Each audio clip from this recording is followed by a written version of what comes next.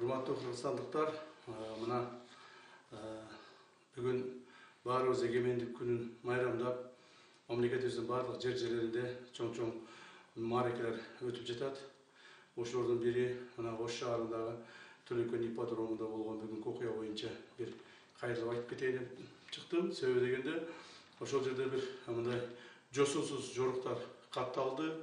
Мына кыргызыбыздын көкбөрү оюнунун негизинде өтө көп адам чогулгандыктан эки команданын бири-бирине спорттук белдешини чырга айландырышып, ошол жерде мындай жакшы эмес адамдар, кээ бир 5-10 адамдын кылган кылыктарынын негизинде көпчүлүк эл ошогун баягы эмоцияга берилип, жана ачууга алдырышып, кызуулукка алдырышып, ушундай тополоңго барганга аракет кылышты.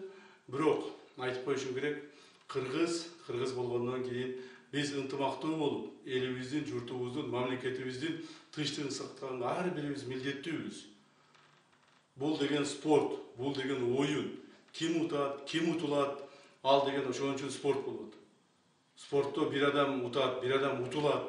Утканга ачуусу келип алдырбаш керек. Ошондон жакшылап даярданыш керек. Утканга да ыраазы болуш керек, утулганга да ыраазы болуш керек. Ал эми ошол жерде жасалган кээ бир провокаторлордун жасаган иштери боюнча азыр мен уже тапшырманы бердим.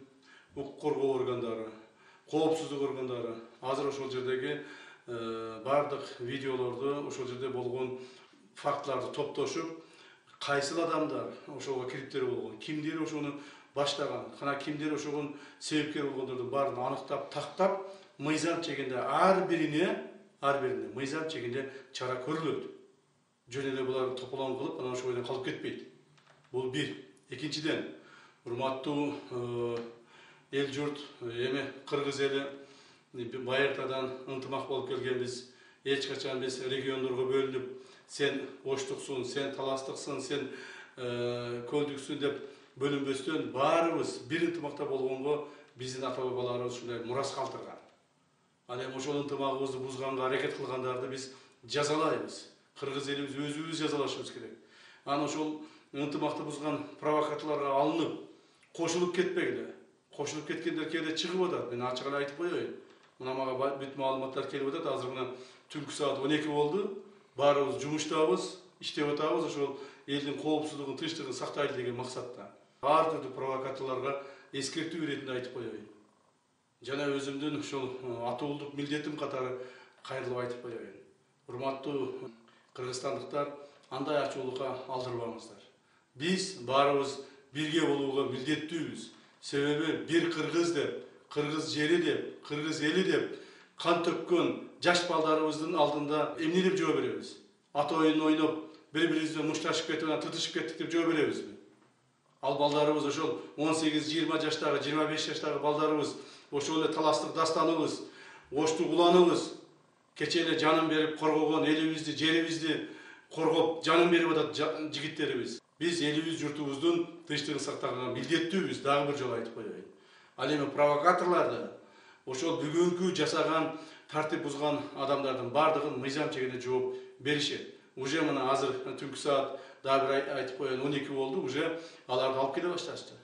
Ким мыйзам бузса, ошолорду чара көрөбүз. Регионалдык маселени козутпастан бир уч кыргыз, болгону бир уч кыргыз, бир муштун болуп турганга аракет кылышыбыз керек. Мамлекетибиздин башка жерлеринде Кудайга шүгүр баары тынч, элибиз эгемендүүлүктү майрамдап атат.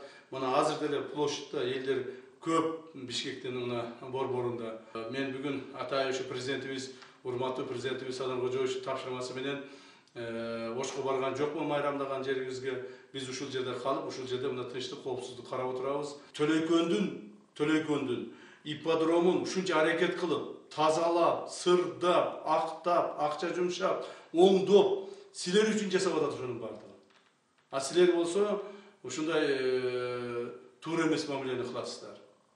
Ошондой деле элибизди мындай бөлбөш керек. Силер андайсыңар, силер мындайсыңар деп. Баарыбыз бирдей болгонго милдеттүүбүз.